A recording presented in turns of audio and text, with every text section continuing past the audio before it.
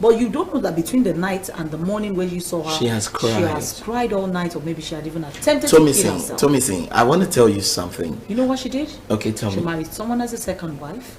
Okay. Had a child for the person. That's not a crime. Of course, that's not a crime. Now, do you see what she ended up doing was, the first man that comes, I'm just going to say yes. Now, this is a good girl, Christian girl, all of that. She married a Muslim as a second wife.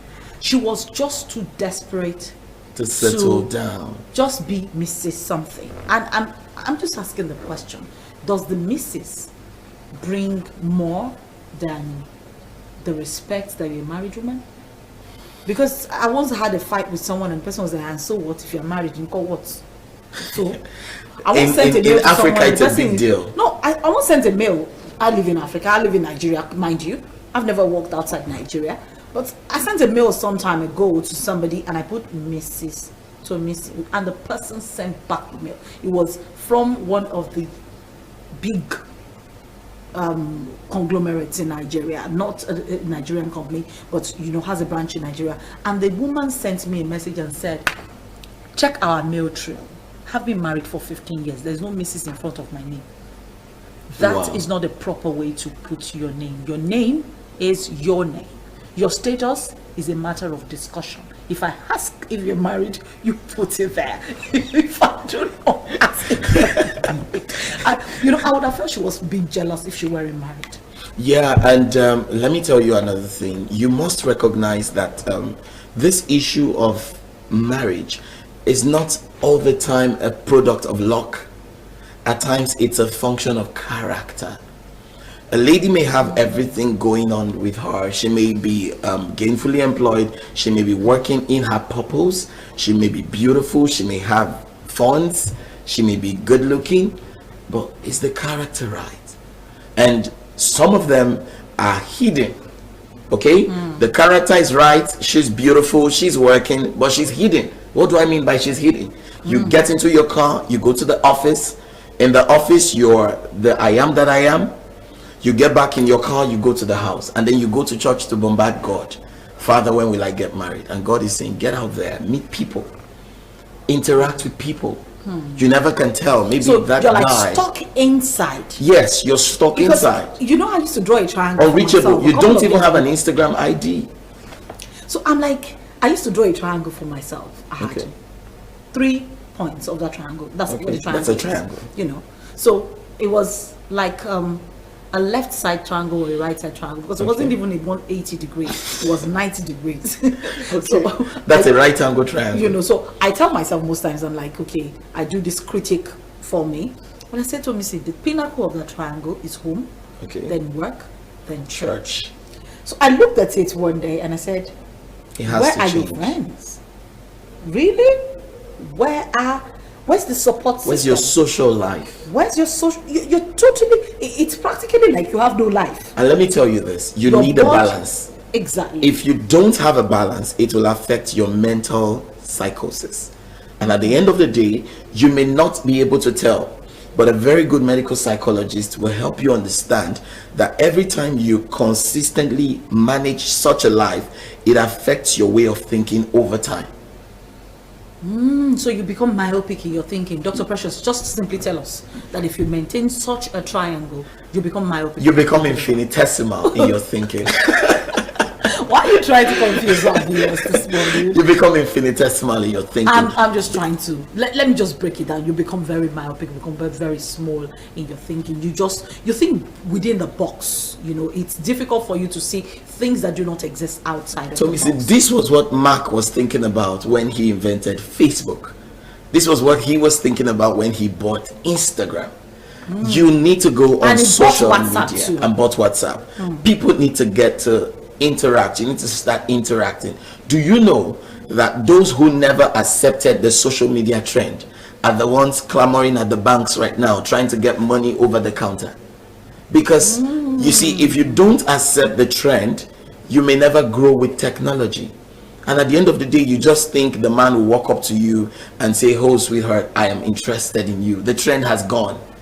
Men have lost their pickup line. Some of them have lost the guts. Some of them may not be able to walk up to you looking at you and say, I really want to go out with you. Are you getting what I'm saying? But when you make yourself available online, like you are interactive, you communicate with people, you never can tell. You may meet the right person. Online. I'm not saying it's 90% truthful, okay? But it's possible. It's possible. It's very possible. So I think that one of the problems that we have right now is most people don't meet their spouses offline any longer. Okay. And when we talk about online relationship, that's let's even look at that on a different. It's deep. Later. It's a course. I call it online 101. It's a very deep course. So when you have like online relationship and you're trying to like meet people online, you're looking for trouble sometimes, and sometimes it works for people. So let's not go there. We look at that completely on another day. Okay. But still looking at, this one question is what the person asked.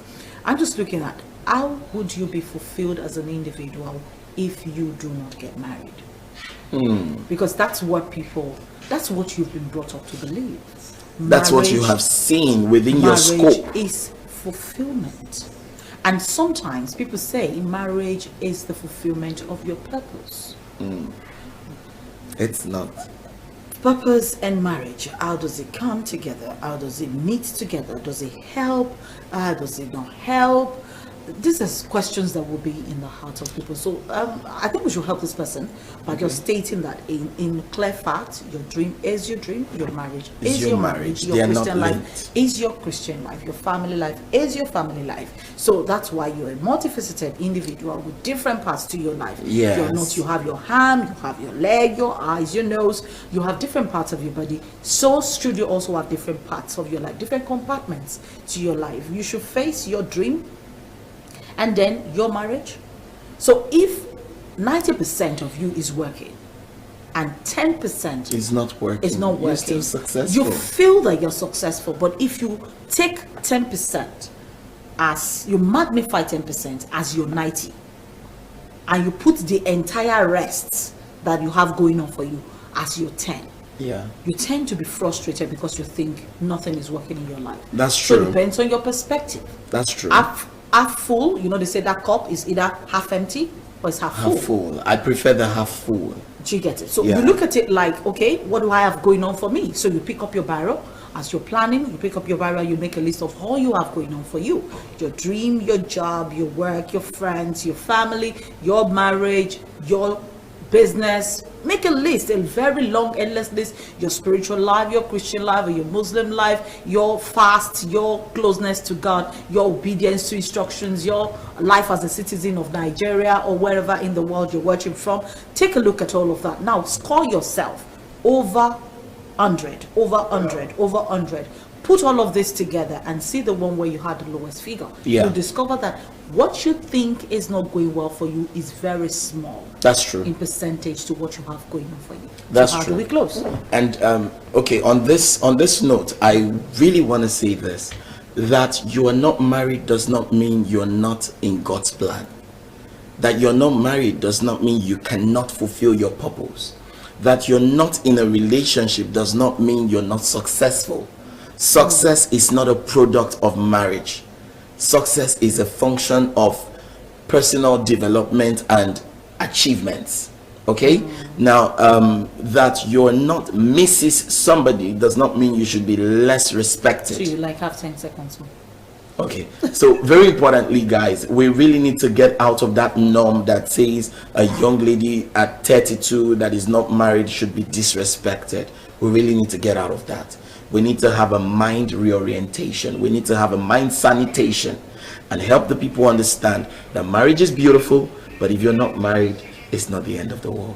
And my name is Tomisin Ojo. And I'm Precious Was. We'll see you again Monday morning, bright and early on the Bumper Breakfast.